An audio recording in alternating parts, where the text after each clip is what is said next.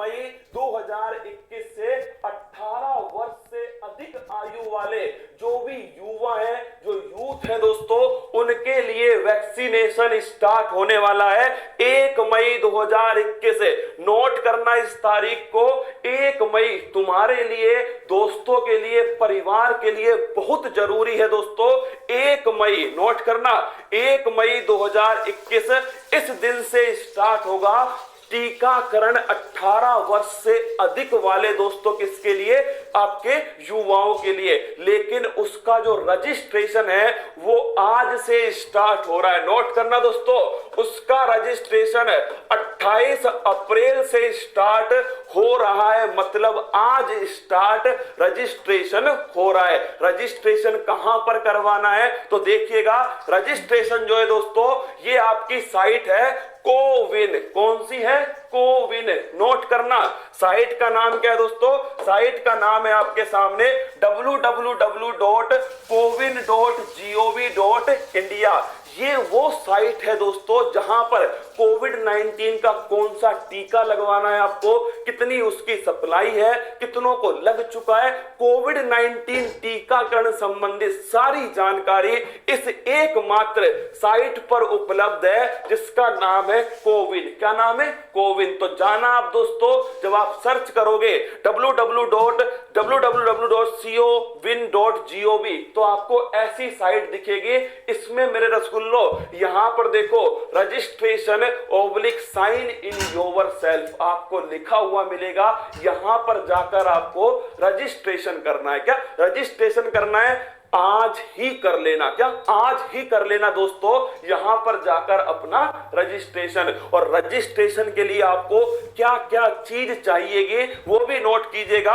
अगर आप 18 प्लस हैं, 18 से कम है ना, तो दोस्तों अपने आप ये हटा देगा आपको, है ना।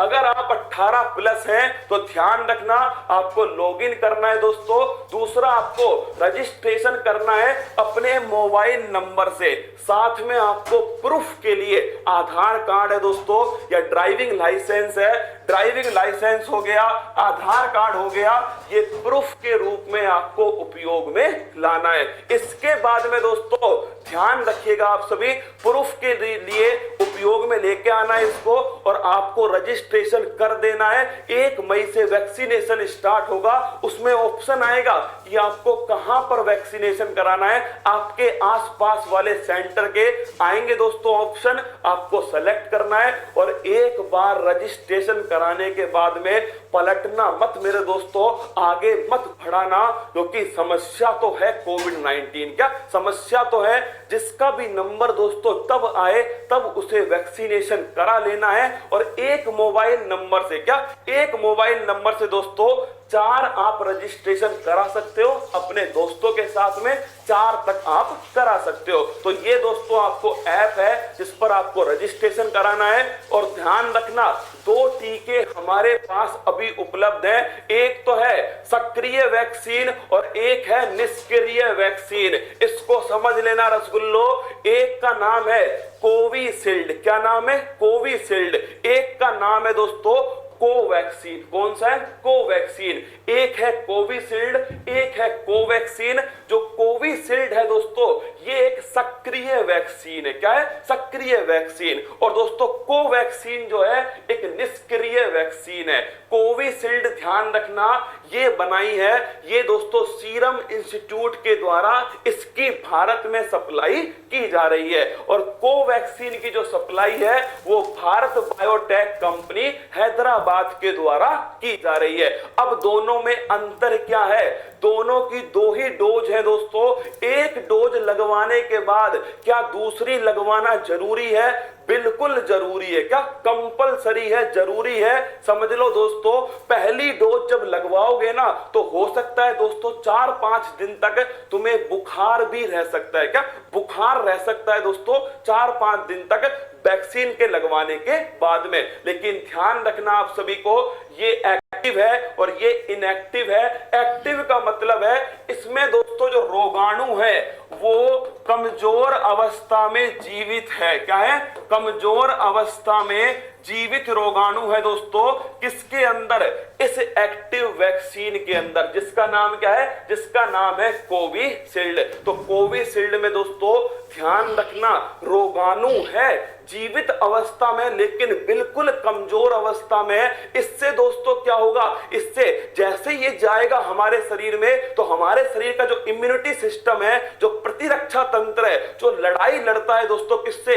रोगाणुओं से लड़ाई लड़ता है और हमें दोस्तों स्वस्थ रखता है, वो तुरंत एक्टिवेट होगा। और एक्टिवेट होते दोस्तों वो किस पर अटैक करेगा?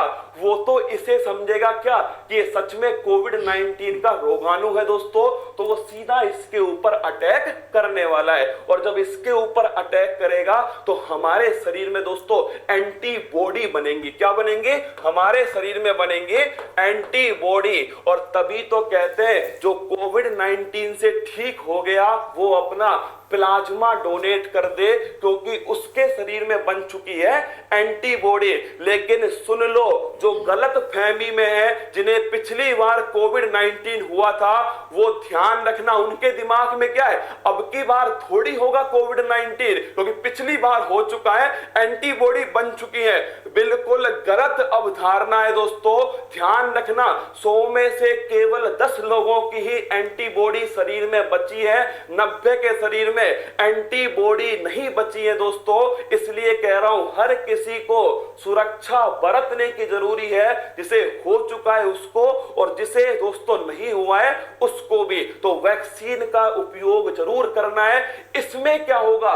कोवैक्सीन दोस्तों इसमें बिल्कुल मृत, क्या है दोस्तों? इसमें ध्यान रखना बिल्कुल मृत रोगाणु है, मतलब ये जीवित अवस्था में नहीं है। इस वाली वैक्सीन का एक फायदा ये हो सकता है क्योंकि दोस्तों कमजोर अवस्था में जीवित है। क्या है? कमजोर अवस्था में जीवित है तो हमारा जो प्रतिरक्षा तंत्र है वो बड़ी मजबूती से काम करेगा, बड़ी तेजी से काम करेगा, एंटीबॉडी बड़ी अधिक मात्रा में बनाएगा। तो इसका दोस्तों जो प्रभाव है वो दीर्घकालिक हो सकता है। लेकिन दोनों ही वैक्सीन सुरक्षित है दोस्तों। क्या? दोनों ही वैक्सीन सुरक्षित है। एक ध्यान रखना आप कि कोविशील्ड एक एक्टिव वैक्सीन है। ऐसा पोलियो में भी होता है। क्या? पोलियो की जो वैक्सीन होती है ना दोस्तों, उसमें पहले एक्टिव ही था। क्या? पहले एक्टिव था, अब दोस्तों क्या आया है? उसमें इनएक्टिव आया है। जबकि जो कोवैक्सीन है भारत बायोटेक की, खुद भारत की जो है दोस्तों, उसमें ध्यान रखना ये एक इनएक्टिव वैक्सीन है।